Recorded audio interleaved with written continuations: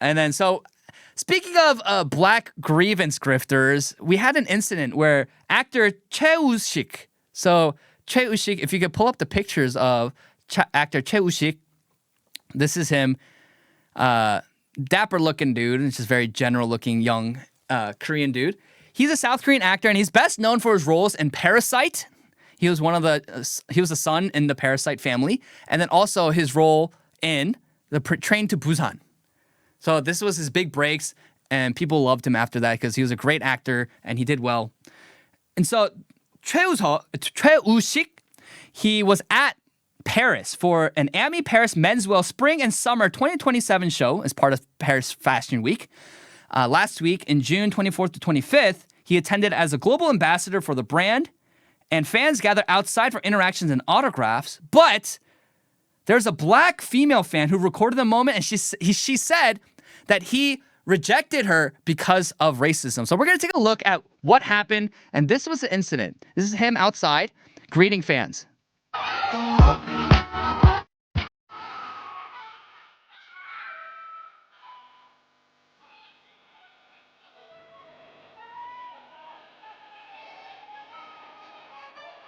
Okay, so he skipped over that notebook right there, and that was handed to him by a black fan.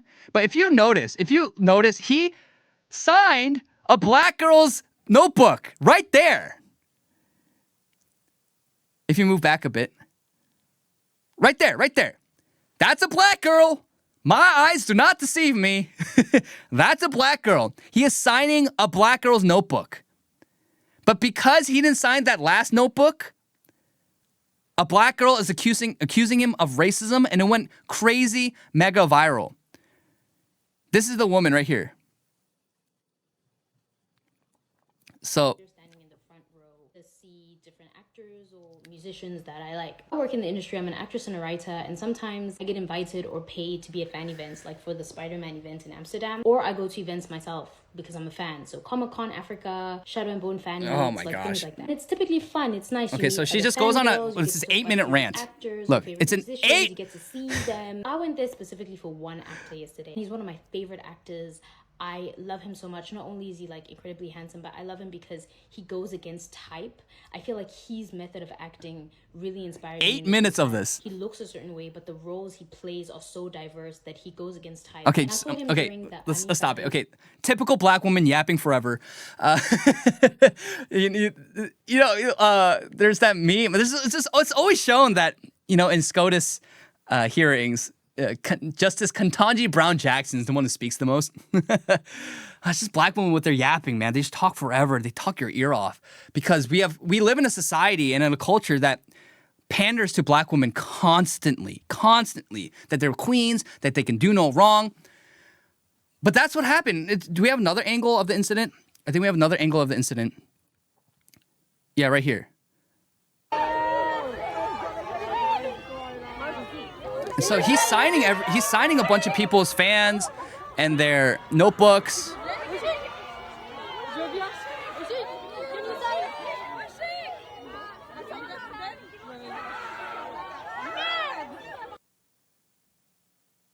Like how?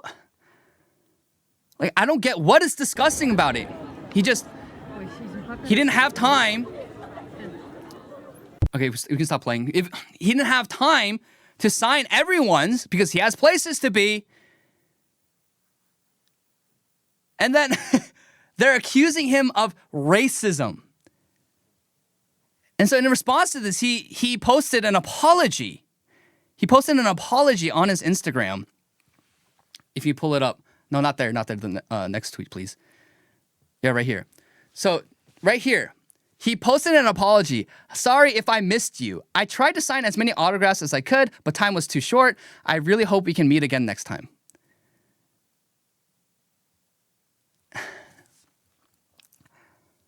Why are you apologizing? Never apologize for something you never did wrong. You didn't do anything wrong. Don't apologize to the mob. And then this black influencer who talked your ear off for 8 minutes about how she was so oppressed and she was a victim of a racist incident. They looked over her because she's black. Meanwhile, we just showed you that Choi Woo-shik, he signed a black fan's notebook already. This is what she said in response to that. The famous black influencer who accused actor Choi Woo-shik of being racist toward her has responded on her after this Instagram apology and giving another one bites the dust. She's not buying it. This is what she said. I appreciate the statement and understand these events operate on a strict timeline. While I hold no malice, I trust myself and my experience. The interaction gave me all the clarity I needed regarding where to invest my energy and support moving forward. I wish everyone the best and hope we all commit to treating ourselves and one another with respect and dignity. I trust myself and my experience. These black women, this is why we're so fatigued. They live in a delusional reality. It's all about themselves. It's all about, doesn't matter the objective facts of what happened. Even if he didn't show any malice, even if it wasn't intentional. Oh, he ignored me because I'm black. He ignored me because I'm black. And I know because that's my experience. So you can't tell me that I'm wrong. You can't tell me that I was ever in the wrong. And if you tell me I'm wrong, it's because you're racist and you just hate black queens. You hate black greatness. You're just racist. You're a hateful bigot. This is the most narcissistic group of people we have ever encountered on the internet, but also in person. You think about the average black woman who interacts in public. You know who servers hate to serve? You know who delivery drivers hate to deliver to? Black women. Because they are the most obnoxious, loud, crass, narcissistic, self-absorbed group of people because we live in a society that constantly eggs that on. That constantly tells them that they are the most oppressed, that we need to pander to them, that they can do no wrong, holding no standards for them. And this is the byproduct. This is what we get. A woman who, the actor, he didn't need to because he did nothing wrong. We showed you, it wasn't racist. He didn't do it because she was black. And he apologized even though he didn't have to. And then she's like, whatever. I know that you were treating me like this because you're racist, because you hate black women like me. You hate a black queen like me. This is so exhausting. And look at this picture right here. Does he hate black fans? Does he hate black fans? Tell me, look at this picture. Does he hate black people? Tons of pictures, autographs, right there. We showed you in that corner. He signed a black fan's notebook. He takes pictures with them. He talks to them. He smiles. He laughs with them. But facts don't care about your feelings. Truly. That's the society we live in. This is why we have to navigate the political discourse and the current climate as such. Because facts don't care about your feelings, but their feelings don't care about facts. So, to understand that, then you're not going to win them over with the truth. You cannot have a free marketplace of ideas with people who are hell-bent on lying and staying in their own bubble and echo chamber. And no matter what you tell them, they're hell-bent on getting their way. They don't care about the truth. As you saw with this black influencer, because she'll milk this into oblivion and she'll claim victim status because it gives her social status and standing, likes and clicks, and everyone, not only black people, but everyone on the internet, oh, you're such a victim of racism. So sorry. You should never be a victim of this kind of racism. The more that you enable this kind of behavior, the more that it'll happen.